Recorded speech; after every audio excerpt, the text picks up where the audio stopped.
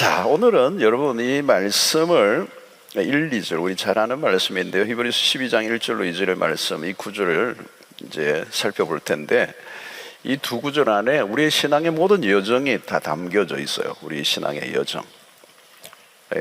그래서 이 두 구절을 하나하나 좀 한 구절 구절을 이제 살펴보려고 합니다. 떼어서. 그러니까 이 그리스도인의 삶을 오늘 무엇으로 비유하는가 하면, 오늘 이 본문에서는 경주자로 이렇게 비유를 합니다. 1절에 있죠. 1절 끝입니다. 이러므로 우리에게 구름같이 둘러싼 허다한 성현들이 있으니 모든 무거운 것과 얼매기 쉬운 죄를 벗어버리고 인내로서 우리 앞에 다한 경주를 하며. 경주, 레이싱, 마라톤을 좀 연상하죠. 경주자, 우리 앞에 주어진 경주를 하며. 이 경주는 뭐예요, 여러분? 다름질입니다. 다름질. 우리 신앙을 다름질로 경주로 비유를 한 거죠. 자, 여러분 요즘 이 러너들이 많아요. 경주, 이 뛰는 사람들이 많죠, 그죠? 굉장히 많이 뛰어요, 곳곳에. 저도 좀 뜁니다. 뛰는데 이 뛰는 모습은 뭘 느끼죠? 그래서 강한 생명력입니다, 그죠? 노인분들이 뛰지는 못하죠, 그죠? 아픈 사람은 못 뛰어요. 뛴다는 말은, 그죠? 아이들도 보면 말이죠, 꼬맹이들 보면 풀어놓으면 그냥 뛰어요. 뭐 이렇게 뒤짐지고 슬슬 걷는 애들이 없어요. 막 뛰어요, 그냥. 특별히 남자아이들은 막 뛰어요. 그 뭐예요? 생명력이에요. 뭔가 생명에 꽉 차 있는 거죠. 그러니까 살아있다는 걸 느끼게 하는 게 뭐냐 하면 경주예요.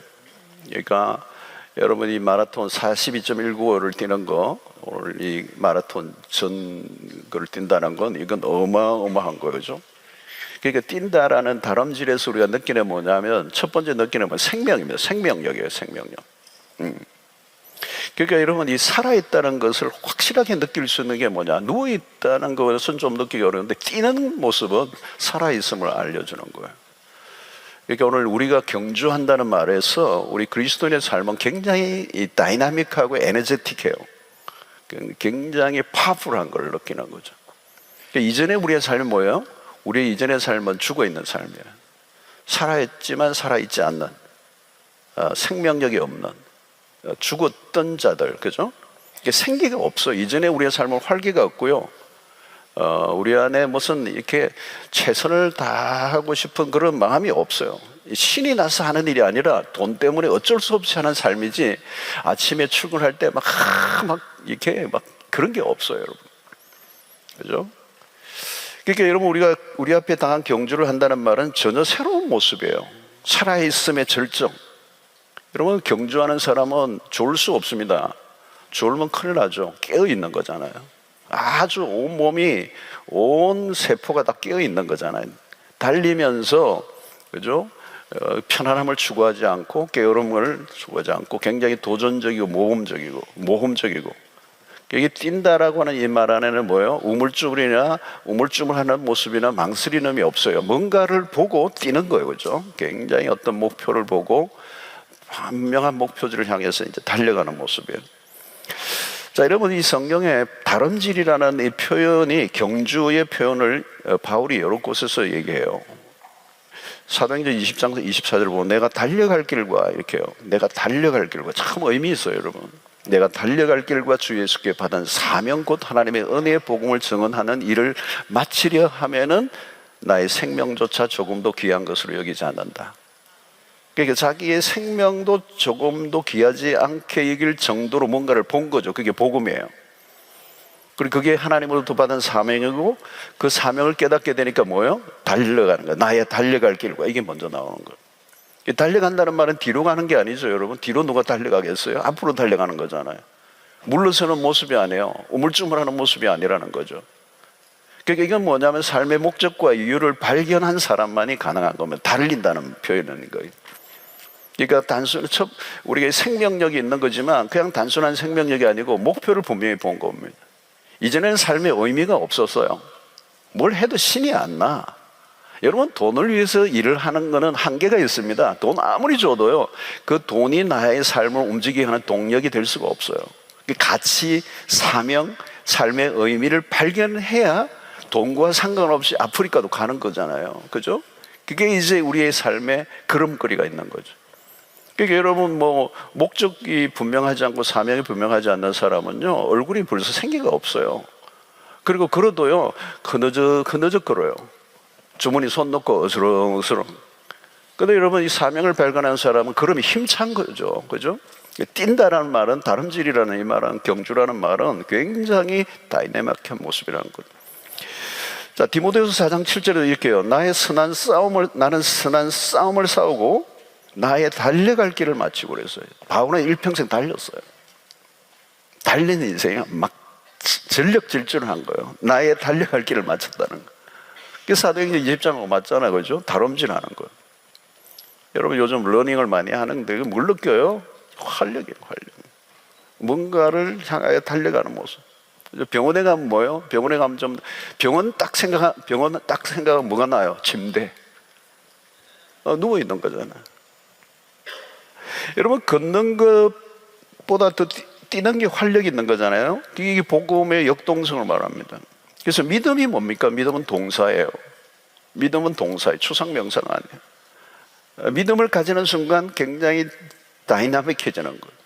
옛날에 소극적이고 부정적이고 굉장히 뭔가 시니컬하고 뭔가 미온적인 삶을 살았던 사람이 믿음이 생기면 굉장히 적극적이게 되는 거예요. 그렇게 여러분 믿음을 굉장히 사실적으로 표현한 게 여호수아서 아닙니까? 여호수아서를 보면 하나님께서 그 땅을 밟으라는 거죠. 그죠? 취하라는 거죠. 정복하라는 거잖아요. 이게 믿음의 삶이라는 가나안의 정복이 얘기. 출애굽으로 끝난 게 아니고 가나안을 정복한다는 거예요. 정복은 뭐예요? 굉장히 적극적인 행위잖아요. 갈렙이 뭐예요? 이 땅을, 이 산지를 내게 달라는 거잖아요. 얼마나 적극적이에요, 여러분. 영적 기기가 흐르는 거잖아요. 여러분 믿음을 가진 이후에 우리에게 일어나는 변화는 그런 겁니다. 굉장히 긍정적이에요. 옛날에는 굉장히 소극적이고 부정적이었던 게 많아요. 왜? 하고 싶어지는 어떤 내면의 내적 동기가 별로 안 일어나요. 그러니까 굉장히 좀 이렇게 싸늘한 거죠. 시니컬한 거예요. 자, 그런데 오늘 여기 경주를 하는 게 우리의 삶의 모습이에요. 다름질 하는 것. 근데 이 경주에서 우리는 중요한 게 뭐냐? 그냥 무질서하게 무작정 뛰는 게 아니에요. 여러분, 막 정신없이 뛰는 사람은 정신 이상자죠. 정해진 코스로 뛰는 거죠. 다른 사람의 레이스로 뛰는 게 아니고 자기에게 주어지는 레이스로 뛰는 것입니다. 각자의 레이스가 있어요. 그리고 경기 규칙을 지키는 거죠. 규칙을 어기면 경기를 할 수가 없습니다. 가야 할 코스가 정해져 있고 자기가 가고 싶은 대로 가는 게 아니에요. 어떤 사람이 1등을 했습니다. 근데 혜성같이 나타나요. 뉴스에 막 데스토피를 했는데 그동안의 모든 기록을 다 깬 선수가 나타난 거예요. 근데 알고 보니까 중간에 이렇게 부정을 한 거예요.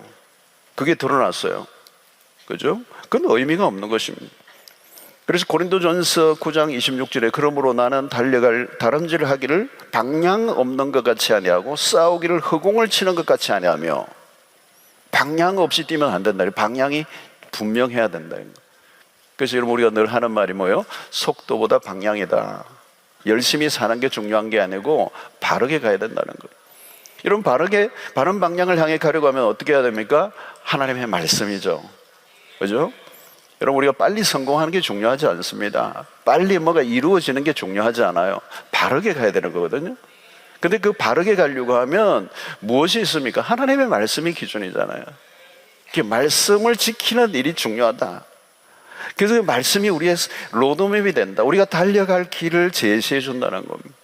여러분 하나님의 부르심을 받았던 아브라함이 어떻게 해요?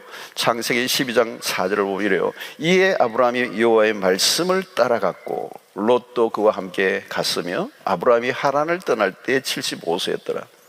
여기 보십시오. 아브라함이 여호와의 말씀을 따라갔다는 거예요. 갈 바를 알지 못하고 떠났지만 하나님께서 그가 가는 모든 길들마다 말씀으로 인도했다는 거죠. 그러니까 아브라함은 말씀을 따라갔다는 거예요. 근데 조카 롯은 뭐예요? 말씀을 따라간 게 아니에요. 롯은 삼촌을 따라간 겁니다. 삼촌.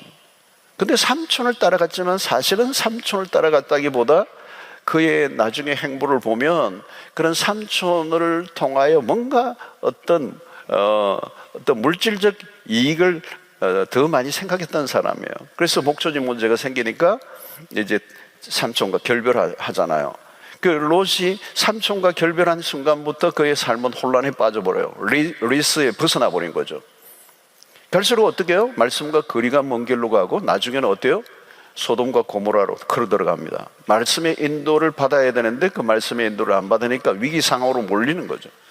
여러분의 인생 가운데 가장 위기 상황은 언젠가 하면 하나님의 말씀이 안 들릴 때예요. 하나님의 말씀이 안 들려.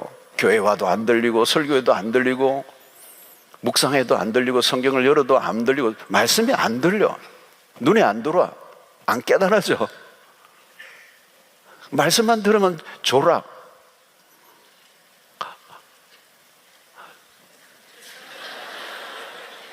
제가 조는 분을 찾으려고 하는데 아무도 없네요. 아무도 없네요. 그죠? 한 번씩 가끔은 졸 수 있죠, 여러분. 졸 수 있는데 내 조는 거는 문제가 있는 거예요. 기둥 뒤에 앉아가지고 내 졸면 안 돼요. 여러분, 말씀이 끊어지면 가던 길을 멈추고, 여러분, 말씀이 끊기면요, 가다가 멈춰야 돼요. 말씀이 다시 임할 때까지 기다리셔야 돼요. 열심히 산다고 되는 게 아니에요, 여러분. 바다에서 항해를 하는 배가 길을 잃으면 표류하잖아. 표류 상태가 되면 어때요? 무슨 일이 날지 모르는 거예요. 광야가 똑같은 겁니다. 광야에서는요, 하나님의 말씀밖에 없는 거예요. 왜 광야로 하나님이 모시는 줄 아세요? 하나님의 말씀에 귀를 기울이라고. 광야는 아무것도 없어요. 하나님 말씀밖에 없어요. 그 말씀의 인도를 받으면 광야도 통과해요. 그런데 말씀이 없으면 광야에 죽는 거예요. 여러분, 우리 이 세상이 광야 같잖아요. 우리 인생이 광야 같잖아요. 화려해 보여도 여러분, 여기 하나님의 음성이 끊기면 우리는 길을 잃어요. 그러면 그 순간 무슨 일이 일어나지 못해요. 그러니까 하나님의 말씀이 끊기면 광야에 수없는 사람들이 객사를 하는 거예요. 여러분, 믿음의 길은 말씀을 따라가는 삶입니다. 말씀의 길을 기울이면 길을 잃지 않아요. 길을 잃지 않고 방향 감각을 갖고 동서남북이 어딘지를 분명히 알고 가는 길을 가는 거죠. 이런 경주자는 그냥 막 달리는 게 아니에요.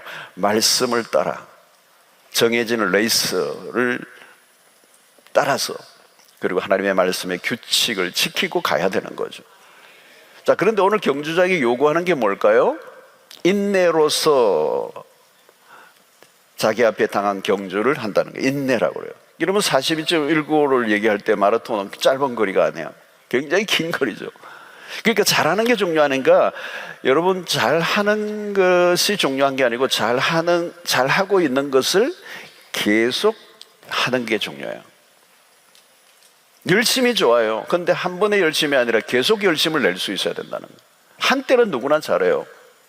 이전에 여러분 누구나 열심히 신앙생활을 했죠. 왕년에 신앙생활을 열심히 한 건 무슨 소용이 있어요, 여러분? 지금, 그죠? 지금 10대, 20대, 지금 우리 중고등부 청년들이 있어요. 지금 막 잘하죠. 이것을 언제까지 가야 돼요? 계속 가야 되는 거예요. 30대 더 깊어지고, 40대 더 깊어지고, 50대 더 깊어지고, 그죠? 근데 여러분, 어디 가면요, 술집에 갔는데 어떤 친구들 서로 얘기하는데, 옛날에 청년에 나는 회장 출신이고, 한 사람은 총무 출신이고, 이런 사람들이 또 있어요. 우리 교회는 아닌데. 그 옛날에 다 한때 했는데, 어느 날 그냥 길을 잃어버리고, 어디에요? 이제 세상에 나가서 그냥 세상과 짝하고 살아가는 거예요. 여러분, 한때가 중요한 게 아니에요. 한결같은 태도가 중요해요. 믿음의 한결같은 태도예요. 여러분, 이게 쉽지가 않아요, 여러분. 한때는 막 불이야. 불이에요. 여러분, 불 타올랐다가 금방 꺼지면 어떡해요, 여러분? 아무 소용이 없어요. 묵묵히 자신의 길을 꾸준하게 달려가야 돼요. 이게 인내예요. 여러분, 믿음의 길에는 뭐가 요구돼요? 인내가 필요합니다. 믿음의 길 결코 쉽지 않아요. 꾸준함이란 뭘까요, 여러분? 이건 끌고 가는 힘이란 말이죠. 이건 지구력이에요. 사실은 이 마라톤은 지구력이에요. 100m가 아니에요. 그러니까 우리의 믿음의 길은 전 생애를 걸쳐서 전 삶의 영역 속에서 이루어가는데 끝까지 밀고 가는 힘이 필요해요. 그 인내는 지구력을 의미하는 거죠. 한때가 아니에요, 여러분. 이솝 우화에 토끼와 거북이 얘기를 하면 토끼만큼 잘 뛰는 동물은 없잖아요. 근데 여러분 가다가 중간에 게으름 피고 자고 그러잖아요. 우리는 거북이와 같이 꾸준히 가는 거예요. 꾸준히. 예, 능력은 토끼가 탁월하게 뛰는 데는, 근데 안 되잖아요. 끝맺음이 안 되잖아요. 여러분, 인내를 못하는 사람들이 특징이 있습니다. 너무 성급한 만족, 너무 빨리 만족을 하고 더 이상 앞으로 나가려고 하지 않는 거. 이 정도면 됐다는 거죠. 여러분, 우리가 주님 앞에 서는 날, 그 영광의 그날까지는 아직 우리는 도달하지 않았어요. 다름질하는 사람은 조급증과 싸워야 합니다. 조급하면 페이스를 잃는 거죠. 압박감에 시달릴 필요가 없습니다. 조금씩 가는 거죠. 여러분, 단거리와 장거리는 다른 것입니다. 믿음의 여정은 장거리예요. 결승점까지 가야 되고 도중하차하면 안 되거든요. 여러분, 달려가다 보면 포기하고 싶은 지점이 있습니다. 한순간에 밀려오는 유혹이었어요. 다 포기하고 싶을 때가 있어요. 더 이상 달리고 싶지 않을 때, 지금까지 온 거로 충분해, 너무 힘들어, 더 이상 갈 힘이 없어, 그만둘 충분한 이유가 있어. 그 포기의 유혹이 올 때 그것을 극복해야 된다는 거예요. 여러분, 사역을 잘 하다가도 도중에 그만두는 사람들이 꽤 많아요. 목회자들 가운데서도 오늘날 그런 사람들이 많습니다. 도중 하차하는 사람들이 많아졌어요. 소명의 길에서 시작은 했는데 중간에서 멈춰서 그래요. 갑자기 우리의 시야에서 사라져 버리는 거예요. 이런 믿음의 길에는 인내가 중요합니다. 인내. 왜 믿음이 필요합니까? 지금까지 우리가 지금 여기에서 모든 승부를 거는 싸움이 아니기 때문에, 하나님이 주신 약속은 미래요. 그 미래에 주어질 약속을 기다려야 되니까 믿음이 필요하고, 그 믿음은 결국은 인내로 나타나야 된다는 거예요. 여러분, 세상의 모든 일들에 인내가 들어갑니다. 가치 있는 일일수록 인내가 필요해요. 믿음의 삶은 더 말을 할 나위가 없어요. 로마서 5장 3절 4절에 다만 이뿐 아니라 우리가 환난 중에도 즐거워하나니 이는 환난은 인내를, 인내는 연단을, 연단은 소망을 이루는 줄 알미로다. 여러분, 환난이 있어요. 여러분, 이 믿음에 살 때 환난이 있습니다. 믿음을 지켜낼 때 고난이 와요. 그럼에도 불구하고 환난 중에도 즐거워하는 이유는 뭐냐? 그 환난은 인내를 만들어낸다는 거예요. 그리고 그 인내는 연단을 통하여 마침내 소망을 이룬다는 거죠. 이 과정이 꼭 필요해요, 여러분. 이게 없이는 그 소망까지 갈 수가 없다는 겁니다. 여러분에는 환난이 없기를 바라요. 그러나 여러분, 환난 속에서 인내하고 그 인내를 통해서만이 연단이 돼요. 그 연단이 있어야 어떻게 돼요? 소망에 이른다는 거예요. 여러분, 모든 선한 열매는 인내의 결과입니다. 오래 참음은 성령의 열매죠. 그래서 어떤 면에서 이 인내는 나만의 노력만으로 안 돼요. 여러분, 인내를 만만하게 보면 안 됩니다. 결코 쉽지 않아요. 그래서 우리는 순간순간 힘들 때마다 어떻게 해요? 성령의 도움을 구해야 합니다. 성령의 열매예요. 그래서 이 믿음은 인내의 싸움이다. 우리의 힘만으로는 한계가 있어요. 한 방향으로 오랜 기간에 순종을 하려고 하면 포기하고 싶을 때 성령의 도움을 구하고, 우리는 끝까지 이 믿음의 길에서 포기하지 않고 조급해하지 않고 꾸준히 한결같이 이 믿음의 길을 걸어가야 될 줄로 믿습니다. 그리고 여러분, 이 철야도 그렇잖아요. 여러분, 철야도 오시는 분들이 꾸준히 새벽기도 하는 분은 꾸준히 여러분들이 뭐 하고 있는 일들을 꾸준히 믿음의 길을 놓치지 말아야 된다는 거죠. 자, 그런데 계속 달려가게 하는 힘이 그러면 뭐냐? 무엇을 바라보느냐예요. 무엇을 바라보느냐? 이 목표 지점이 뭐예요? 믿음의 주요 또 온전하게 하시는 이인 예수를 바라보자 그랬어요. 여러분, 믿음의 주라는 거죠. 여러분, 이게서 믿음의 삶은 그리스도를 믿는 믿음을 말합니다. 하나님의 아들을 믿는 믿음이어야 한다는 거. 아들은 우리의 모든 시작이요 마침이 되고 알파와 오메가가 되십니다. 우리 안에서 시작하신 이가 그리스도 예수의 날에 이루어질 것을 우리가 믿습니다. 여러분, 이 믿음은 큰 능력을 낳습니다. 주님은 우리에게 믿음을 주시는 분이고, 믿음으로 달려가게 한 모든 힘을 주님이 우리에게 제공해 주시는 줄로 믿습니다. 여러분, 이 믿음이 삶의 태도를 바꿔요. 이 믿음은 삶에 대한 적극적인 태도를 만들어내고, 그 주님의 주시는 믿음을 우리가 의지할 때 이 경주에서 끝까지 달려가게 될 줄로 믿습니다.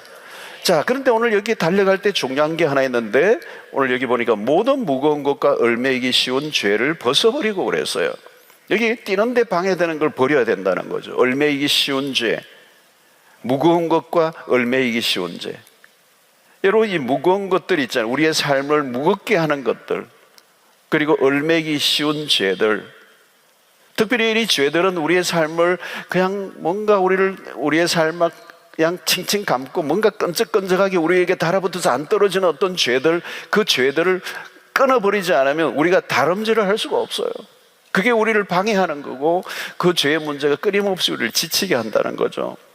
여러분, 그런 죄는 사람들마다 달라요. 우리를 넘어지게 하는 아킬레스건들이 다 사람들마다 달라요. 어떤 사람은 원망과 불평하는 사람들, 이스라엘 백성들 늘 원망 불평하다가 이스라엘 백성들 무너졌잖아요, 여러분. 어떤 사람은 좀 게으름이 그분에게 아킬레스건이 될 수가 있어요. 어떤 사람은 감각적인 쾌락을 추구하는 사람들, 그걸 못 이기는 거죠. 어떤 사람은 미워하는 이 감정, 그죠? 어떤 사람은 분노하는 그런 감정, 그런 습관들이 되어져 있는 사람들.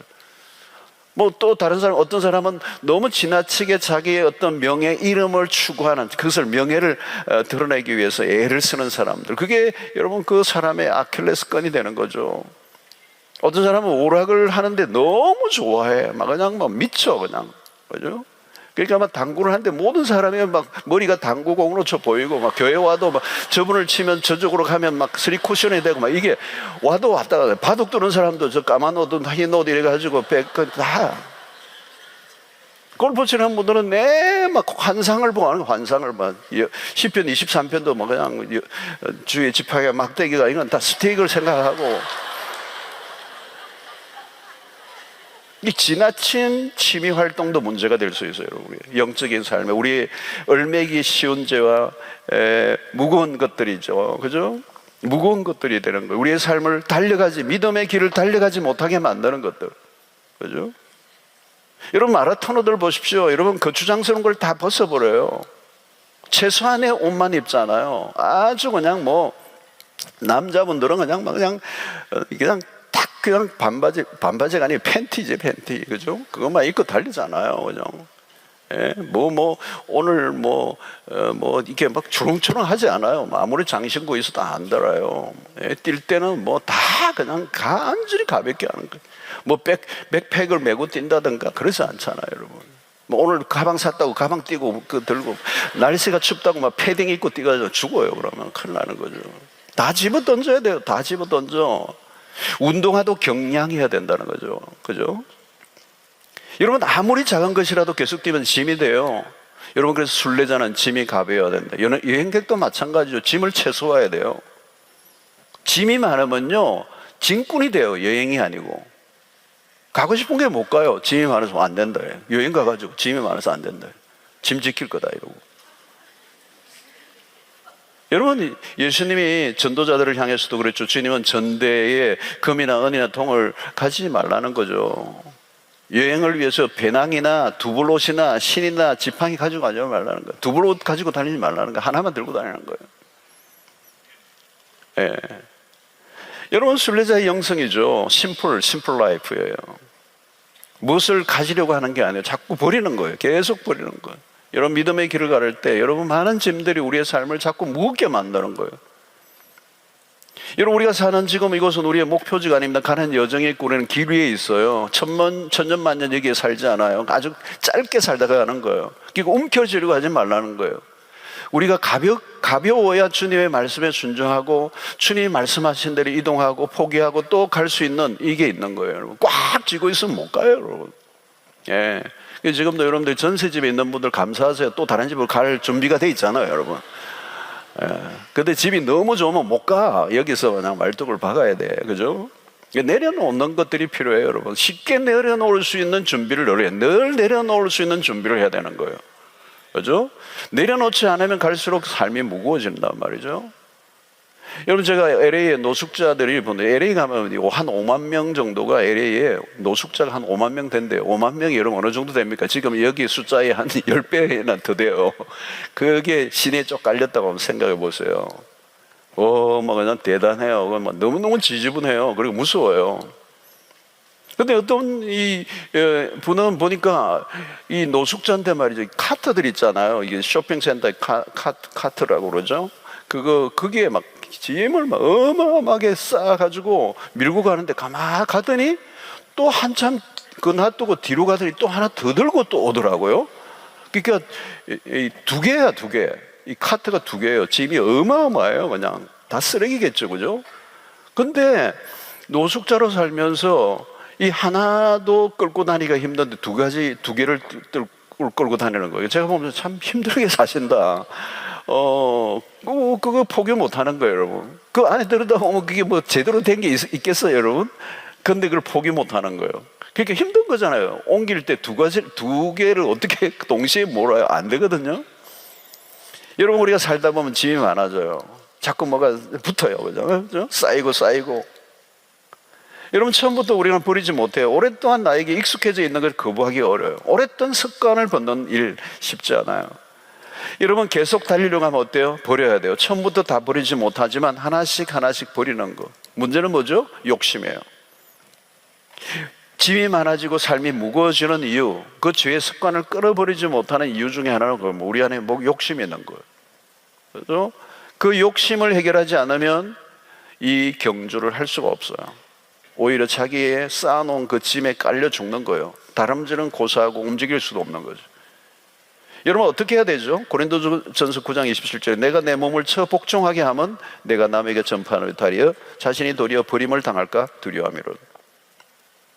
바울도 이걸 느낀 거죠. 내가 내 몸을 쳐 복종하게 한다는 거예요. 이 복식 용어예요. 내가 내 몸을 쳐 복종하게 하려고 하면 어떻게 돼요? 자기를 절제하는 거죠.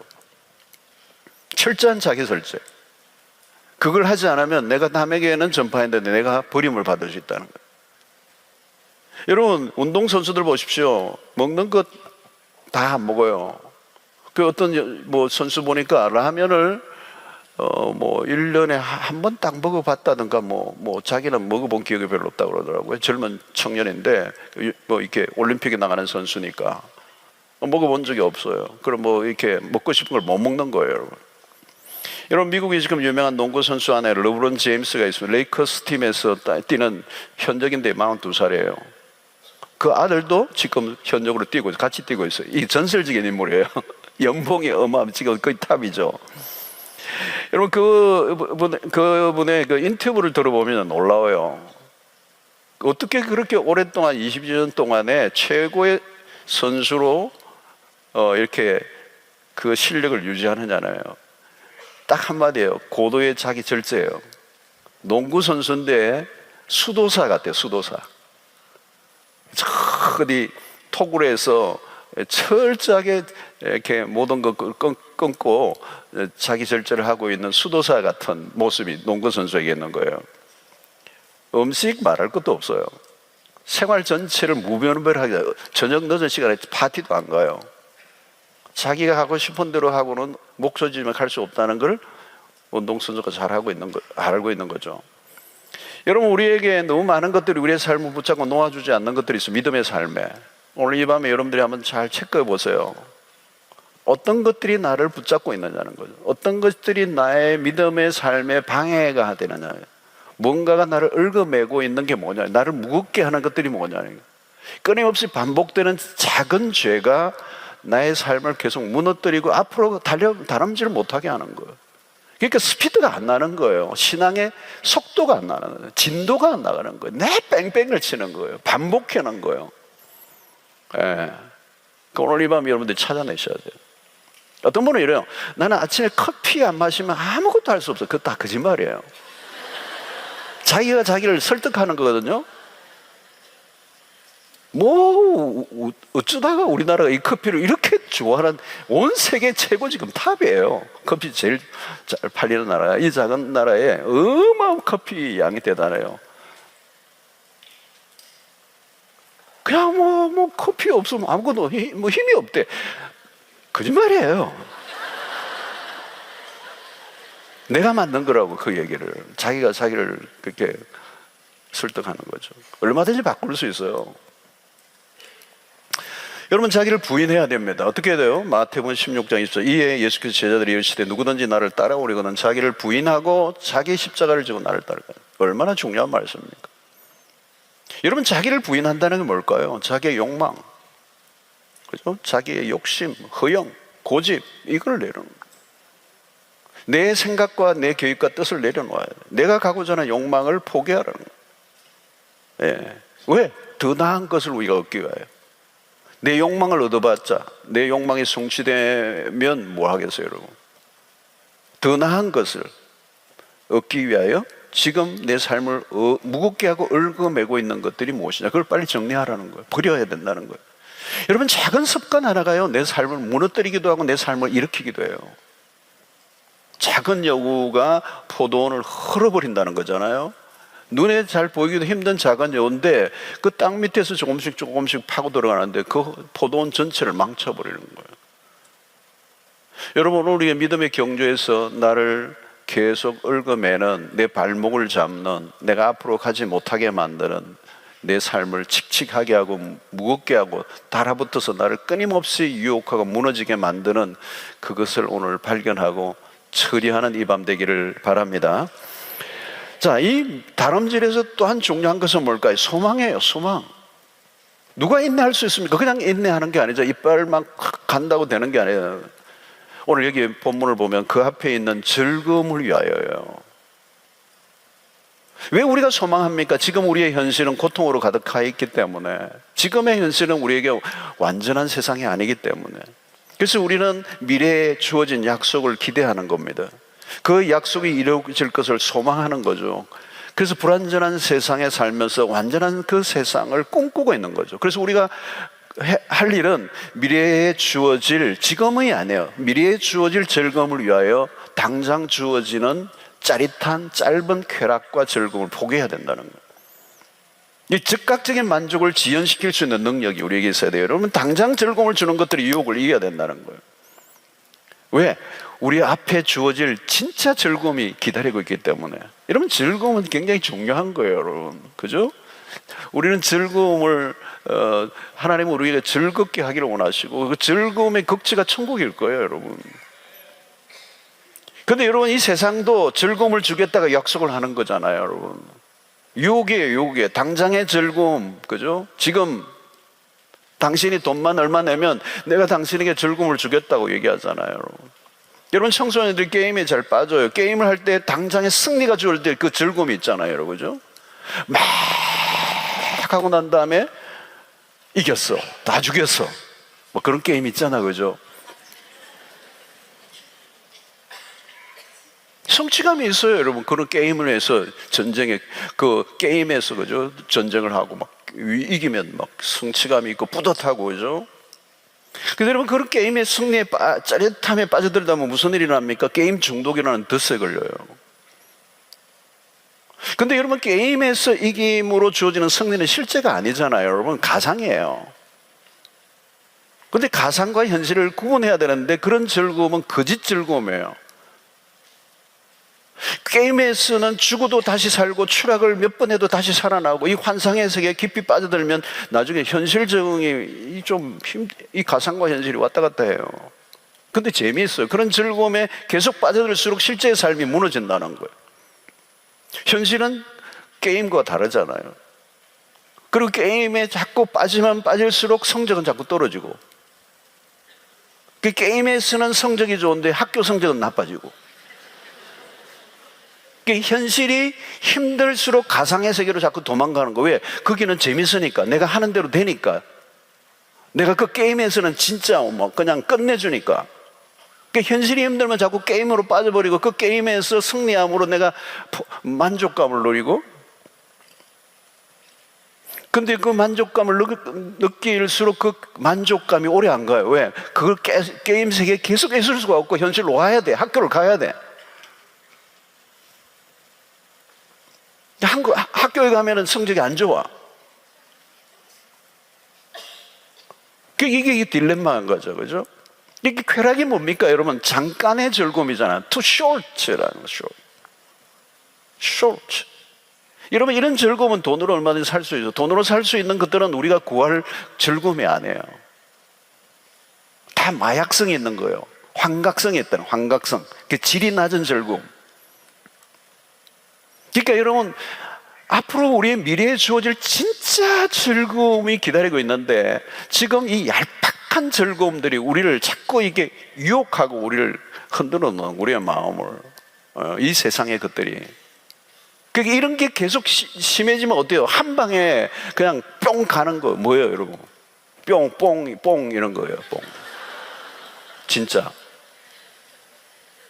그게 마약이잖아요, 마약. 엑스타시예요, 여러분. 요즘 지금 야단이에요, 지금 야단이에요. 지금 마약이 그냥 막 그냥 열렸대, 지금 열렸대. 큰일 났어요, 지금 우리나라. 그러니까 한 방인 거잖아. 한 방이면 그냥 천국 입구까지 가는 거예요. 그들 말로 천국 입구, 천국과 비교가 안 되는 얘기지만. 근데 여러분 어때요? 여러분 곧 깨어나잖아요. 곧 깨어나. 현실이 오잖아요. 현실이 오면 어떻게 해요? 고통이, 막 지독한 고통이 찾아오는 거예요. 아주 짧은 기쁨, 아주 긴 고통의 대가. 여러분 오늘 이게 마약으로 비유했지만요, 마약 외에도 마찬가지. 어떤 사람은 돈으로의 즐거움을 찾는 거예요. 그죠? 이 세상의 것들이 주는 것으로 인한 즐거움, 그죠? 그 즐거움 때문에 영원한 즐거움을 잃어버립니다. 이 땅에 주는 즐거움이 많아요. 모든 걸 다 단절하라는 얘기 아니에요. 커피 마셔도 좋아요. 누릴 건 누리셔요. 그러나 그런 것들에 심취해서, 그런 것에 빠져서, 그런 것에 몰입해가지고, 그런 것에 완전히 중독이 되어서 영적 경주에 방해가 되어서는 안 된다는 거예요. 여러분 신앙의 경주에 방해가 되면 그거 안 되는 거예요. 아무리 좋은 거라도. 여러분 등반을 할 때, 등산을 할 때 보면 휴게소, 중간 휴게소가 문제예요. 그 커피 냄새 살 나면 한잔하고 갈까? 그래가 한잔하면 하면 되는데 또 앉아야 돼요. 앉아 한참 있으면요 걷고 싶지 않아요. 올라가는 사람, 올라갔다 내려오는 사람에게 물어요. 멀어요? 그러니까 멀대. 안 가야 되겠구나. 좋아요? 그래 좋대. 좋구나. 그래 얘기 듣고 그냥 내려와 버려요. 그 유혹이죠, 유혹이. 여러분 믿음의 경주는 쉽지 않아요. 유혹이 있어요. 편안하게 살고 싶고요. 여러분 신앙생활 하다 보면 내가 편안하게 살고 싶어. 뭐 금전철학을 누가 만들었는지. 이게 금요일밤마다 좀 쉬고 싶은데 왜 자꾸 나오라 그러? 우리 나오라 안 해요. 본인이 좋아서 나오는 거지. 맞죠, 그죠? 여러분 완주하라고 하면 당장 즐거움을 요구해야 돼요. 요구해야 돼요. 왜 인내해야 합니까? 더 나은 즐거움을 위해 잠깐의 즐거움을 거부하라는 거예요. 여러분 십자가 없는 부활은 없어요. 고난이 없는 영광 없잖아요. 여러분 고난이 없는 영광은 사기예요. 사기. 사기라고. 가짜예요. 우리를 속이는 겁니다. 세상은요 온통 당장 즐거움을 주겠다는 거예요. 전부 다 이겁니다. 즐거움을 주겠다는 거예요. 기쁨을 주겠다는 겁니다. 쾌락을 주겠다는 거예요. 여러분 이 순간의 성공을 약속하는 데 속지 마십시오. 주님은 영광을 바라보면서 현재의 고난을 참으셨다는 거예요. 로마서 8장 18절 생각하건대 현재의 고난은 장차 우리에게 나타날 영광과 비교할 수 없도다. 여러분 18절 다시 한번 같이 읽어보죠. 시작. 생각하건대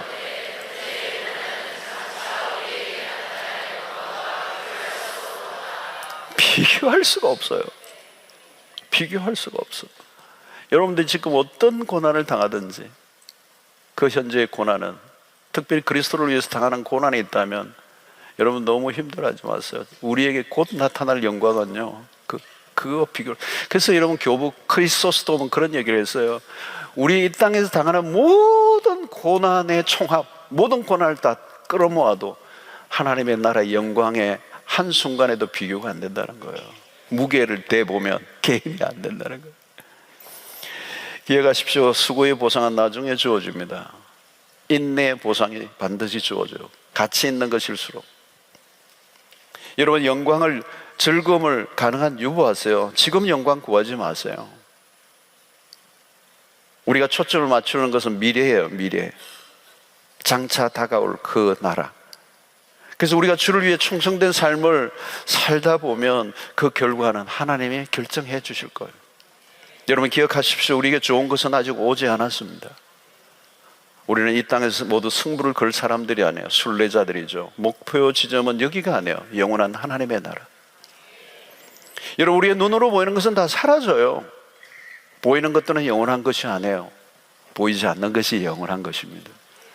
소망을 바라보시오. 우리가 가지는 소망은 산소망이에요. 베드로후서에 보면 산소망을 리빙 호흡이에요. 살아있는 소망이에요. 반드시 이루어질 소망, 썩어질 소망이 아니라는 것. 여러분, 우리는 달려가는 레이스에 응원하는 사람들이 있습니다. 1절에 보니까 이러므로 우리에게 구름같이 둘러싼 허당한 정인들이 있다는 거예요. 구름같이 둘러싼 허다한 정인들이 우리를 어떻게 해요? 둘러싸고 뭐 하고 있어요? 응원하고 있다는 거예요. 우리 홀로 뛰고 있는 게 아닙니다. 이미 경주를 마친 믿음의 선배들이 우리의 경주에서 응원을 하고 있어요. 자세히 보세요. 여러분, 우리 주변에 많은 믿음의 선진들이 있습니다. 믿음의 여정에서 믿음의 영웅들을 만나면 얼마나 큰 위로가 되겠어요. 여러분, 우리 성경 속에 믿음의 영웅들을 많이 만납니다. 특별히 히브리서 11장, 그죠? 오늘 12장 1, 2절인데 바로 앞에 11장에 믿음의 영웅들, 교회사에서도 믿음의 영웅들, 성경 속에 수없는 믿음의 삶을 살았던 사람들, 완주했던 사람들이 열거되고 있는 거죠. 여러분, 꼬린 지점을 통과하고 이제는 우리를 위해 박수를 쳐주고 있는 그분들. 그래서 우리가 성경을 묵상할 때마다 그들의 함성을 들을 수 있어야 돼요. 응원이 중요하잖아요. 여러분, 야구나 축구나 홈구장이 유리한 것은 강력한 응원의 힘이 있을 때, 홈구장의 팬들이 둘러싸서 선수들을 응원하면 선수들이 그냥 실력 발휘를 하는 거예요. 여러분, 우리는 성경을 보면서 우리를 향한 응원의 소리를 들을 수 있어야 됩니다. 모세가 우리를 향해 응원하는 거죠. 그죠? 여러분, 성경을 읽을 때 우리가 얻는 유익입니다. 그 모세를 묵상하면서, 그죠? 모세의 삶이 파란만장하고 굴곡이 많았지만 결국은 그런 승리의 그런 지도자로서, 그죠? 이스라엘 역사에 걸출한 위인으로 남죠. 아브라함도 마찬가지, 다니엘도 마찬가지. 그들은 우리에게 말하는 거죠. 내가 해낸 것처럼, 내가 완주한 것처럼 너희들도 해낼 수 있어. 응원하고 있는 것입니다. 여러분, 삶의 역경이 찾아올 때 그 역경을 헤치고 믿음을 지킨 영웅들이 있어요. 아무것도 없는 가운데 여러분, 고아를 기도로 먹어 살렸던 조지 물러, 여러분 조지 물러의 그 생애 전기를 한번 읽어보십시오. 아무것도 없는데 그 고아들을 먹이고 기도로 살아냈던 그 사람들. 여러분, 지금 아무것도 없다 할지라도 여러분들 기도를 통하여 그 모든 난관을 뚫고 나가는 그 힘을, 그 조지 물러의 책을 읽으면서 우리가 얻게 되는 거죠. 여러분, 단순한 믿음으로 중국 내지 성교의 문을 열었던 허드슨 텔러의 전기를 읽고, 여러분 전기를 보면 너무너무 놀라워요. 존 파이퍼 목사님이 이 믿음의 그런 선배들, 선진들이 어떤 그 믿음의 영웅들을 시리즈로 해서 교회사 속에 나타난 사람들을 책으로 아주 짧게 낸 책인데요, 너무너무 유익해요. 우리 앞서 걸어간 사람들이 우리의 삶에 격려를 하는 거죠. 예. 힘들 때마다 그런 전기를 읽어보십시오. 하나님은 시대마다 하나님의 사람들을 일으키시고 사용하십니다. 뿐만 아니라 우리와 함께 뛰고 있는 경주자들이 있어요. 여러분, 주변을 보십시오. 믿음으로 믿음의 경주를 하는 사람들이 눈에 띄어요. 몇 걸음 앞에 가는 선배들이 있어요. 여러분, 러닝 할 때도 여러분 혼자 하지만 다 같이 함께 뛰는 것을 보죠. 홀로 뛰면 지치기 쉬워요. 그러나 함께 뛰면 동료가 있으면요, 의지가 되고요, 힘이 돼요. 서로 응원하는 거. 조금만 더 갑시다. 그죠? 장거리일수록 그래요. 여러분, 오래 뛰려고 하면 함께 뛰어야 돼요. 함께 뛰는 사람들이 서로 격려해 줄 때 나만 힘든 게 아니구나. 예, 여러분, 서로 막 그냥 격려를 하면서 갈 때 그게 힘이 되는 거죠. 여러분, 그래서 여러분, 우리의 믿음의 경주에서 매우 중요한 게 뭔지 아세요? 공동체가 중요한 거예요. 좋은 공동체, 여러분, 좋은 믿음의 동력자를 가지고 있는 건 너무 놀라운 선물이에요. 여러분, 홀로 신앙생활을 하지 마십시오. 반드시 공동체 안으로 들어가셔야 돼요. 사랑방 안으로 들어가셔야 돼요. 여러분, 오늘 이 철야에 나오신 여러분들 가운데 공동체 안에, 사랑방 안에 들어가지 않은 분은요, 반드시 들어가세요. 그게 여러분들에게 하나님이 주신 선물이에요. 공동체 안에 속해 있으면 그 안에서 영적인 에너지를 받는 거죠. 여러분, 내 혼자 여러분 힘들면 내 혼자 나가 떨어질 수 있어요. 그런데 공동체 안에 있어 보세요. 내가 힘든 것을 함께 얘기하고 기도하고 그분들의 격려와 지지를 받고, 여러분, 그러면 그 어려움을 통과해내요. 여러분, 내가 열심히 경주자로 또 살아가면 나의 모습이 다른 사람에게 도전이 되죠. 나도 집사님처럼, 나도 권사님처럼, 나도 당신처럼 그렇게 신앙생활 하고 싶다. 그죠? 여러분들이 어려운 가운데서 믿음을 지키는 모습을 그 주변의 사람들이 볼 때 내 뒤에 따라오는 사람들이 또 그것을 보고 힘이 되는 거예요. 위로가 되는 거예요. 조금만 더 힘을 내세요. 포기하지 마세요. 제가 젊은 목사님들을 만나서 하는 일이 그거예요. 힘들지만 그 고비를 넘기세요. 넘어갈 거예요. 이 파도가 지나갈 겁니다. 계속 이런 파도가 치지 않아요. 조금만 있으면 평온한 바다가 올 거예요. 이 고비만 넘어가면 됩니다. 큰 문제 아닙니다. 내가 들어보니까 그게 큰 문제 아닙니다. 작은 문제입니다. 얼마든지 이겨낼 수 있습니다. 그 아무것도 아닙니다. 염려하지 마십시오. 이 한마디 하는데요, 큰 힘을 얻는 거예요. 여러분, 지금 여러분들은 홀로 뛰고 있습니까? 같이 뛰고 있습니까? 여러분, 마라톤 대회가 열리면 선수들은 그 대회에 등록을 하죠. 오늘 여러분, 그 등록한 사람들이 함께 뛰고 있는 거죠. 오늘 또 여러분, 하나님의 나라 백성으로서 우리 모두가 한 그 팀이 되어서 이 믿음의 경주에서 모두가 달려가고 있어요. 그 달려가고 있는 가운데 나만 보는 게 아니라 옆에 있는 다른 지체들을 바라보며 격려하고 함께 응원할 때 이 믿음의 외로운 싸움에서 끝까지 승리하게 될 줄로 믿습니다. 자, 무엇보다도 경주에서 중요한 것은 목표예요. 목표. 아무리 잘 뛰면 뭐합니까? 다들 열심히 하는데 목적지가 분명해야 돼요. 내가 달려가야 할 목표가 분명해야 된다. 자, 여러분, 그 전에 나왔던 책 가운데 목적이 이끄는 삶이라고 릭 워렌 목사님이 지은 책이 있어요. 엄청나게 많이 팔렸어요. 보니까 이 책이 잘 팔리는 이유 중에 하나가 있는데, 그게 뭐냐면 제목이 좋아요. 내용도 좋아요. 그런데 이 제목이 좋아요. 목적이 이끄는 삶. 아주 와닿는 그 제목이었어요. 그래서 그 책을 통하여 우리의 삶의 목적을 발견하고 그 목적이 나의 삶을 끌어간다는 이제 그런 의미가 그 책 안에 이제 있는데, 목적을 발견하는 게 얼마나 중요한가, 이제 이거를 그 책에서 잘 설명을 하고 있습니다. 자, 여러분, 우리의 인생 가운데 우리의 방향의 문제입니다. 그래서 오늘 그것이 2절에 분명히 나와 있어요. 2절을 여러분 보십시오. 믿음의 주요 또 온전하게 하시는 이인 예수를 바라보자. 이제 나오죠, 그죠? 우리가 뭘 바라보라는 거죠?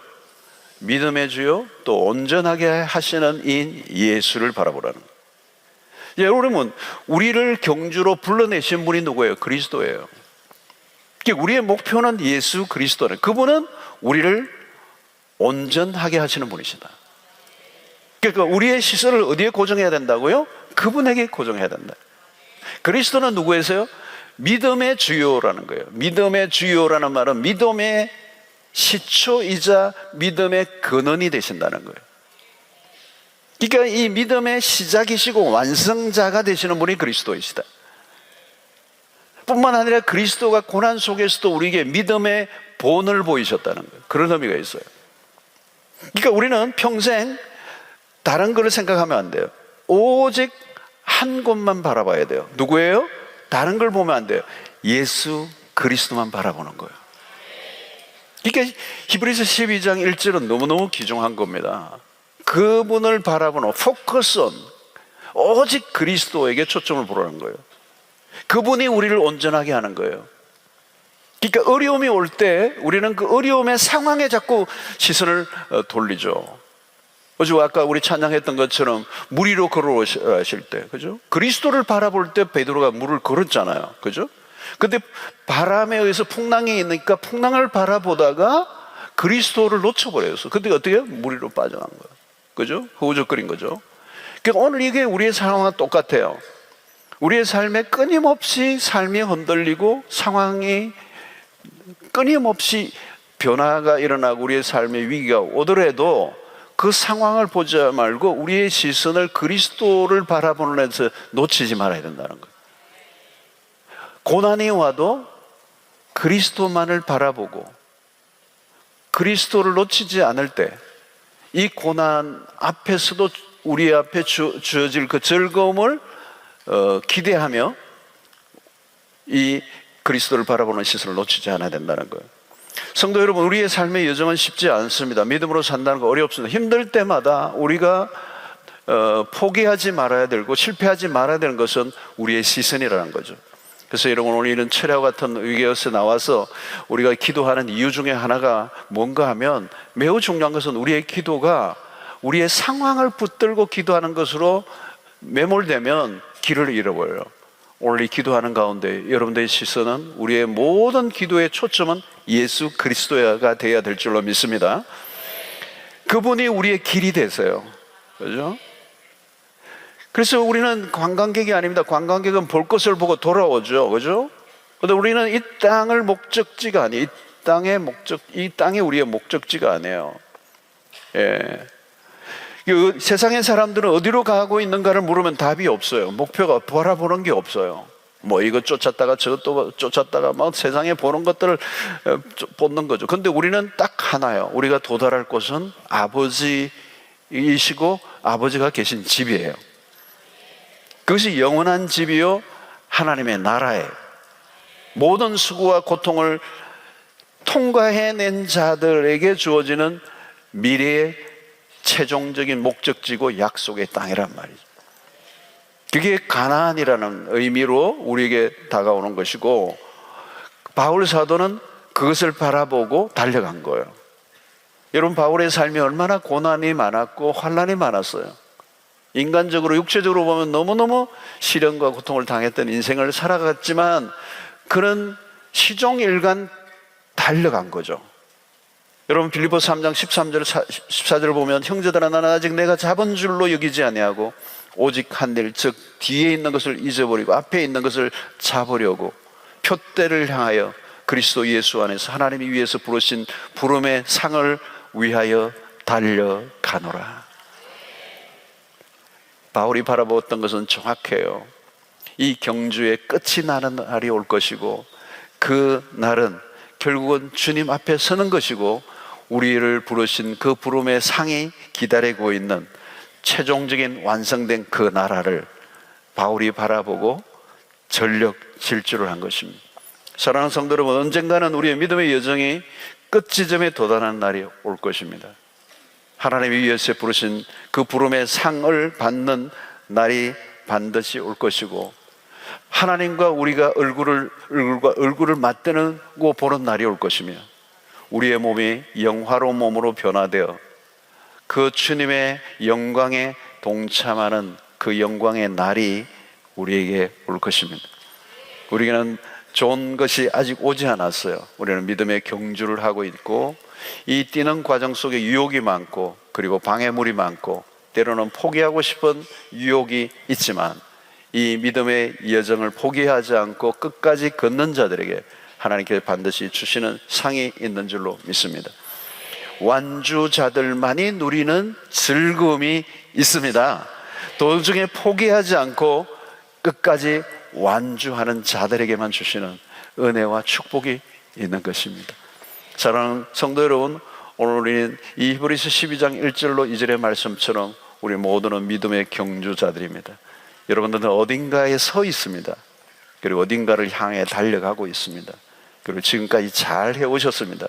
결코 포기하지 마시고 인내로, 그리고 우리에게 당한 이 경주의 그 앞에 오는 그 즐거움을 위해서 오늘에 주어질 그 짜릿한 일시적인 즐거움을 유보하고 거부하고 최종적인 그 즐거움으로 가득한 하나님의 나라에서 영원히 천국의 삶을 누릴 그날을 기대하면서, 여러분, 이 세상에 가는 사람들의 레이스를 쫓지 마시고 우리에게 주어지는 레이스를 지키면서 말씀을 따라 꾸준히 한결같은 모습으로 그 길을 걸어가시면 하나님이 우리에게 면류관을 세워주시고 환호하시며 우리의 믿음의 영웅들이 그 천국의 입구에서 우리를 환대하며 맞아주시는 그 영광스러운 그날이 반드시 올 줄로 믿습니다.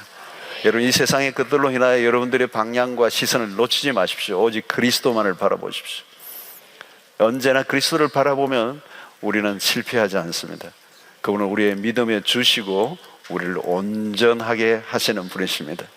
오늘 우리는 정말 우리의 삶에 온전하지 않은, 정말 불완전한 모순투성인 우리의 삶을, 내가 봐도 나를 볼 때 실망할 수밖에 없는 이런 만들어져가는 이 과정 속에 있습니다. 그러나 언제나 완성된 모습으로 주님 앞에 서게 될 기가 막힌 날이 다가오게 될 줄로 믿고, 그날까지 이 믿음의 경주에서 끝까지 완주하는 한 분 한 분 되시기를 주의 이름으로 축원합니다.